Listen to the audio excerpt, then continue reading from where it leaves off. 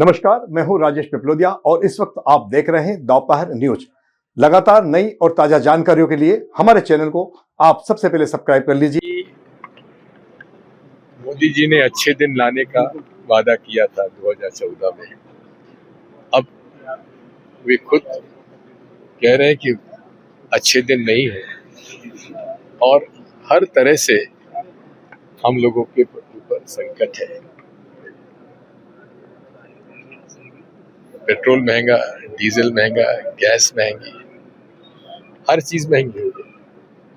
और अब तो पहले तो कहते कि कांग्रेस के लोग मंगलसूत्र चुरा के ले जाएंगे, अब तो उन्होंने कह दिया तो ना तुम सोना खरीदो, ना विदेश जाओ, ना ये करो ना वो करो, तेल कम खाओ, तली हुई चीजें कम खाओ। ये भारत में जो विकसित भारत की बात वो करते, आज पूरे तरीके से भारत की जो अर्थव्यवस्था है बिगड़ती जा रही है। कहते थे कि रुपया की कीमत गिर रही है, मैं उसको रोकूंगा, लेकिन जितनी हमारे रुपए की कीमत में गिरावट आई है इतिहास में कभी नहीं आई। बेरोजगारी मिटी नहीं है, महंगाई बढ़ती चली जा रही है, गरीब गरीब होता जा रहा है और कुछ चंद लोग अमीर से अमीर होते जा रहे हैं। नीट एग्जाम को लेकर बहुत बड़ा एक तो स्कैम है और मैं संसद की पार्लियामेंट्री जो स्टैंडिंग कमेटी होती है, स्थायी समिति एजुकेशन की, हायर एजुकेशन की, उसका मैं अध्यक्ष हूँ और हमारे 2024 की रिपोर्ट में विस्तार से हमने वो कदम उठाने के लिए कहे थे जिससे कि इसको रोका जा सके। लेकिन मुझे इस बात का दुख है कि सुझाव देने के बाद भी संसदीय समिति में, जिसमें कि सभी पार्टी के सांसद होते हैं, उन सब ने मिलकर हमने यूनानिमस रिपोर्ट दी थी किस प्रकार से नीट में रोके जा सकता है, लेकिन उसको माना नहीं गया है, जिसकी वजह से बार बार नीट के एग्जाम में पेपर लीक हो रहा है।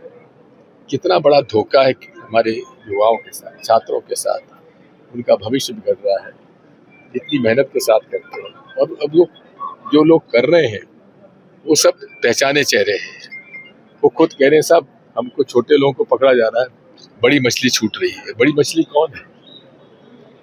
प्रधानमंत्री जी को तत्काल शिक्षा मंत्री से इस्तीफा ले लेना चाहिए और नेशनल टेस्टिंग एजेंसी के जो चेयरमैन है जोशी जी, उनको तत्काल बर्खास्त करना चाहिए। क्या इसको अध्ययन हम लोग करेंगे? अध्ययन करने के बाद जो इस देश के नियम और कानून है उसके आधार पर काम होना चाहिए, क्योंकि इसी प्रकार के 3 प्रकरण सुप्रीम कोर्ट में चले हुए हैं। ज्ञानव्यापी मस्जिद का, बनारस का, संबल की मस्जिद का और मथुरा वृंदावन का, ये सारे के सारे प्रकरण सुप्रीम कोर्ट के पास लंबित है, जो स्टे मिला हुआ है। इस प्रकार का फैसला भी जो आया है, ये तो एएसआई प्रोटेक्टेड मॉन्यूमेंट है, इस पर किस प्रकार से ये किया जाएगा इस पर अध्ययन किया जाने की आवश्यकता। मुख्यमंत्री बोल रहे हैं बाकी जो मूर्ति है उसमें हर हाल में लेके आएंगे। जो मूर्ति हर हालत में लाइए, इसका पहले भी डॉक्टर शंकर दयाल शर्मा जी ने कोशिश की, लेकिन यहाँ कोई प्रमाण एएसआई की मूर्ति में, एएसआई की इसकी भोजशाला में एएसआई की रिपोर्ट में कहीं इसका उल्लेख नहीं है। ये भी एक अध्ययन की बात है कि ये जब हिंदुस्तान में संकट है, आर्थिक संकट है, सामाजिक संकट है, इस संकट के समय ये फिर हिंदू मुसलमान की जो बात की जा रही है ये उचित नहीं है। सर 2003 में आपका ही एक लेटर जिसमें बहुत चर्चा में रहा है, आपने जो पत्र लिखा था आपकी सरकार के समय मूर्ति वापस लाने के लिए। बिल्कुल, हम तो हमेशा कहते रहे मूर्ति वापस लाने के लिए कोई बात नहीं है, लेकिन मूर्ति वापस लाकर कहाँ स्थापित हो ये मैंने नहीं कहा था। ये तो एएसआई का प्रोटेक्टेड मॉन्यूमेंट है और एएसआई प्रोटेक्टेड मॉन्यूमेंट के अंतर्गत क्या इबादत या पूजा हो सकती है, ये सुप्रीम कोर्ट को तय करना है।